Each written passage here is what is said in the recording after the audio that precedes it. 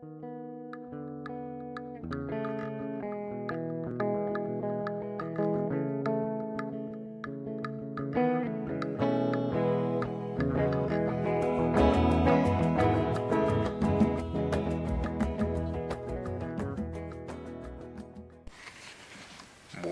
para continuar con la lectura en voz alta compartida, voy a leer un cuento que se llama La delación, de un escritor colombiano, Jorge Aristizábal Gáfaro.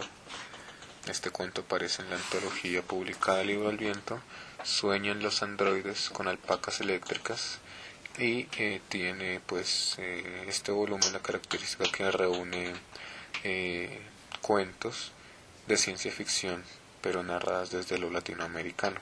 Este cuento me parece chévere y ojalá lo disfrutes.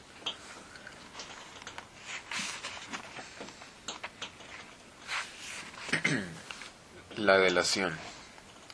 Tiene un epígrafe de Kierkegaard que dice: es cierto que las gracias fueron tres, pero jamás se las pinta hablando entre sí. Constituyen una trinidad silenciosa. 1. No diré cómo supe lo ocurrido entre Silvia, mi vecina del 402, y las entidades que después de llevarla al cielo la devolvieron al Paraguay, entonces convertido en infierno para ella. Esta es la historia.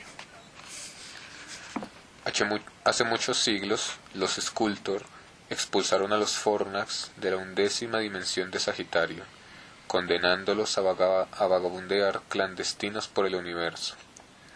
Para recuperar su hogar, los Fornax recurrieron a estrategias que habrían sido efectivas si los Sculptor no hubieran desarrollado el exterminio telegenético. Mediante tal procedimiento, la captura de un solo rebelde implicaba la extinción unánime de la especie Fornax. Estos a su vez descubrieron que el cromo sometido a sublimación fractal proporcionaba un gas para liquidar a los usurpadores. Sin embargo, el metal solo podía obtenerse en la Tierra y a condición de un secreto arribo. Como ellos, los Sculptor leían nuestro pensamiento y mantenían un centro de psicoobservadores dedicados a captar toda la experiencia humana con extraterrestres. Tales sujetos evaluaban los contactos, muchos falsos, otros ciertos, pero únicamente impartidas órdenes de intervención en caso de alguna presencia Fornax. Pese a la amenaza del holocausto telegenético, los expulsados decidieron arriesgarse. La junta planificadora prefijó como condiciones de ejecución rapidez y sigilo. Lo primero exigía en tiempo una operación no superior a 1 hora Fornax, por razones cuánticas 60 años terrestres. Lo segundo, una acción individual, indirecta en ciertas fases y distante de los centros científicos de la Tierra. Con tales premisas, dicha junta eligió a uno de sus oficiales más notables y le ordenó trasladarse a la zona de los Andes, donde ubicaría a un humano, para de modo imperceptible, capacitarlo e inducirlo a la obtención del cromo. Fue así como el oficial Fornax llegó a Bogotá y escogió a mi vecina al 402. Silvia acababa de perder su empleo en el noticiero de televisión luego de un lamentable descenso.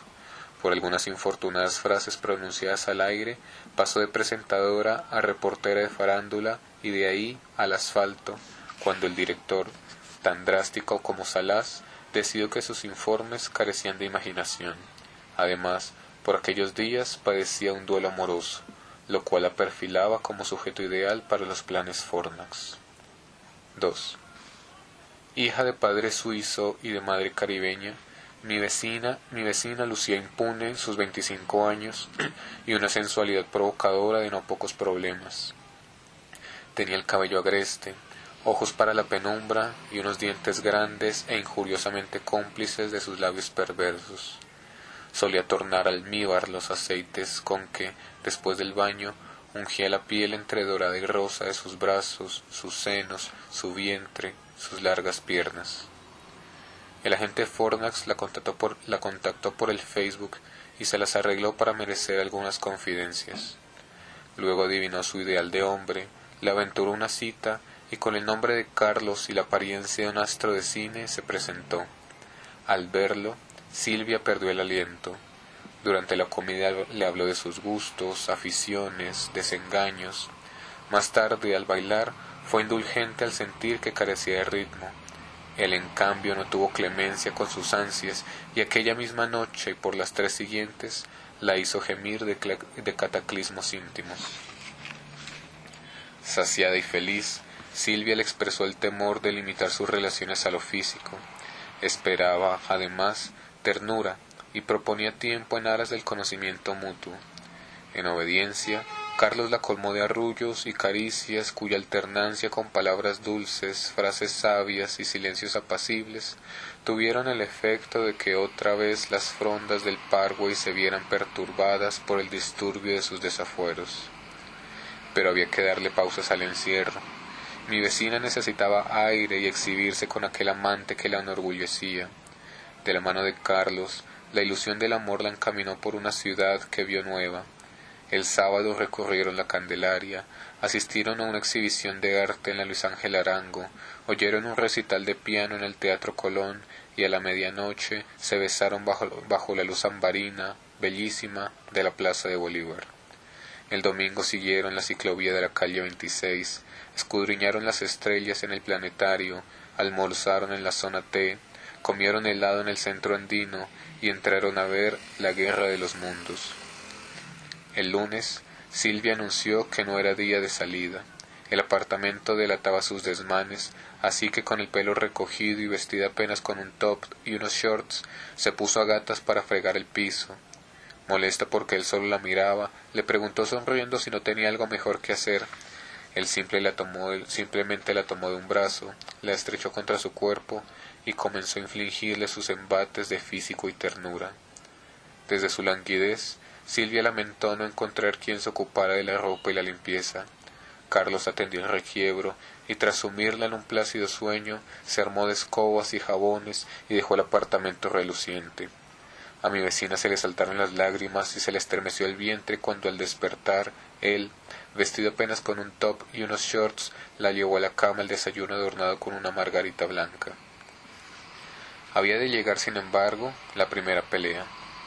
Ante la avaricia intransigente de un cajero automático, Silvia, pálida de ira, se quejó de haber gastado mucho en las últimas semanas, de no tener empleo y sí excesivas deudas. Estaba en quiebra. Le preguntó si trabajaba, y cuando él guardó silencio, quiso saber de qué vivía. Ante otro silencio, ella explotó y juró que por muy bello, tierno y apasionado que fuera su hombre, no estaba dispuesta a mantenerlo. Abandonado a las luces del Parkway, él comprendió la causa de la crisis. Fue al cajero y regresó al apartamento con una suma que, abrumándola, renovó en Silvia el respeto y el asombro. Con un fajo similar cada mañana, mantendrían a raya aquel motivo de discordia. 3.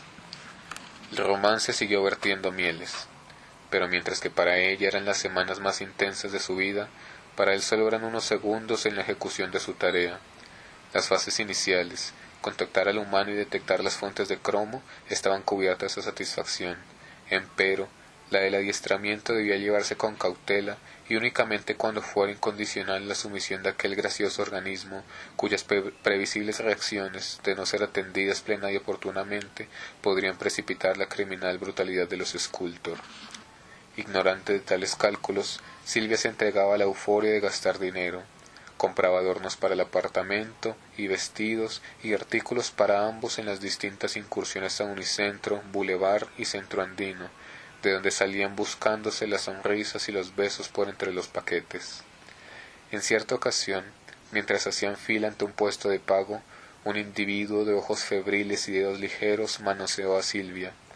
Carlos vio la escena sin inmutarse, de suerte que al dejar la tienda ella desfogó su indignación, impugnó su indiferencia y le recriminó su falta de carácter.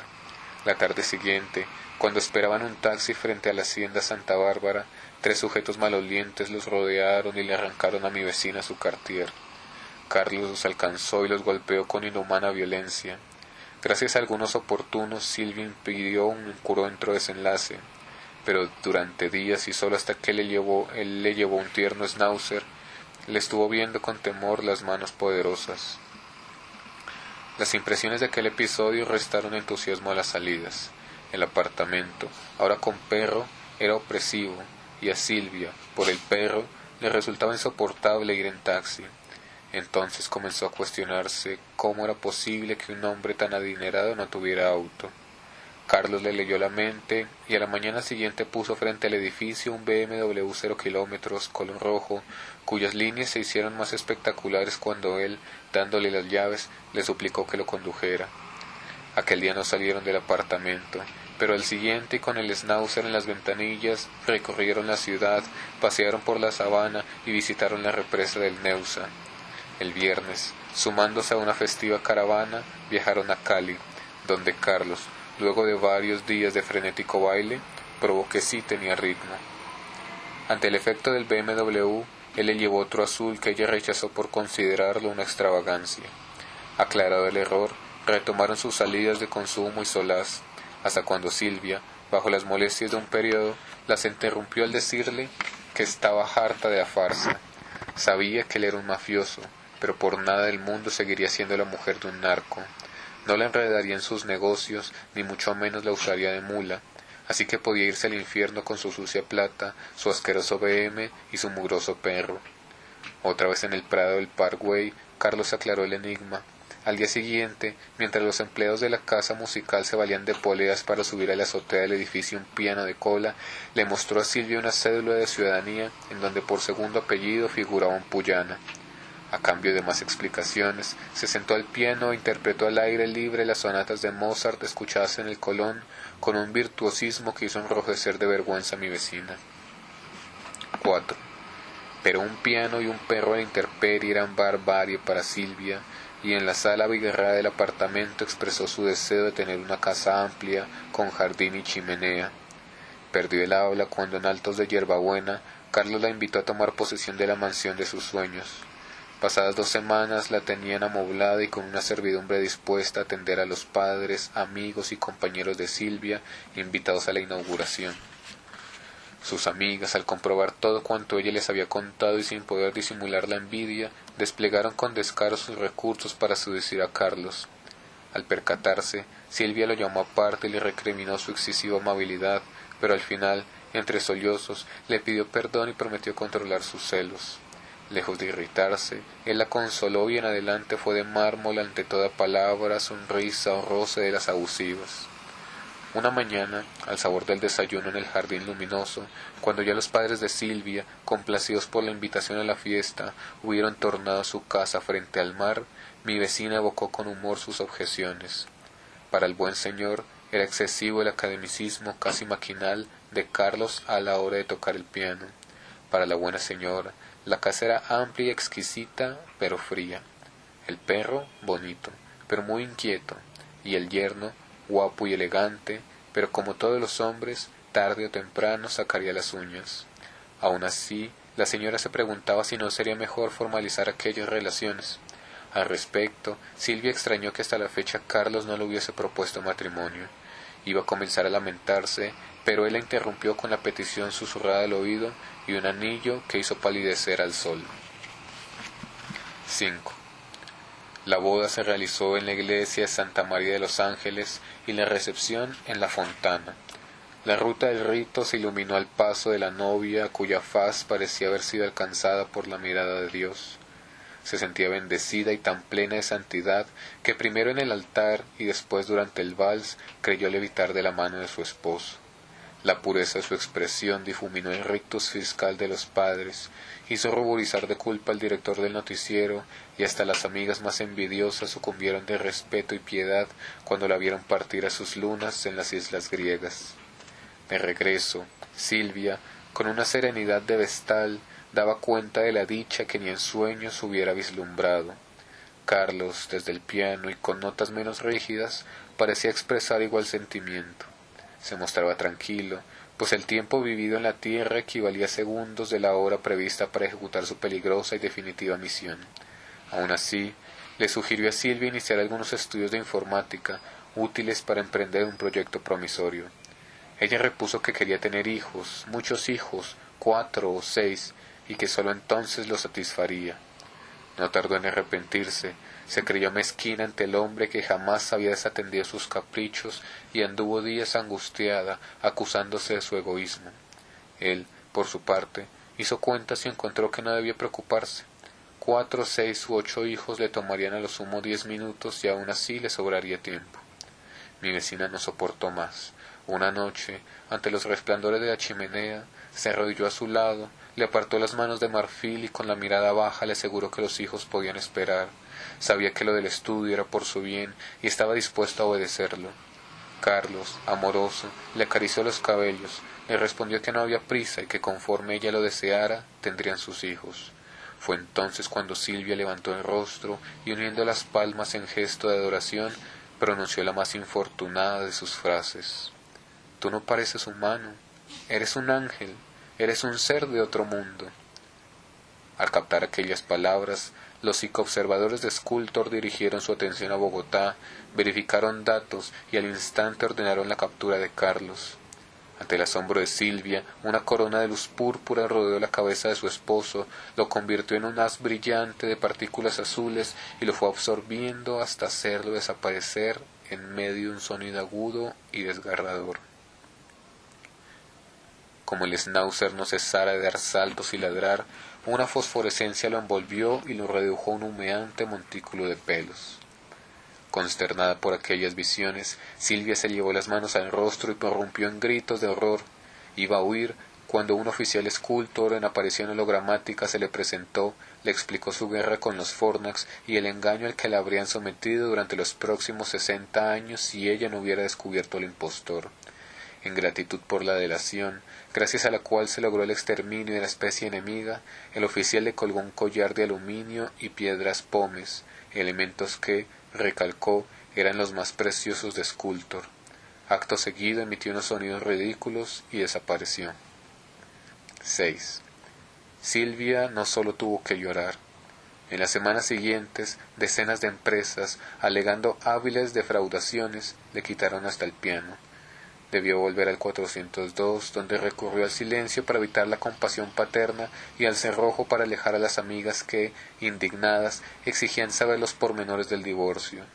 Ni siquiera el director, con sus ruegos que volviera al noticiero, pudo hacerle reaccionar. Y ahí sigue, culpándose por la felicidad y la civilización perdida, hablando sola y mirando perpleja el collar de aluminio y piedras pómez. Todo el Parkway la lamenta su demencia.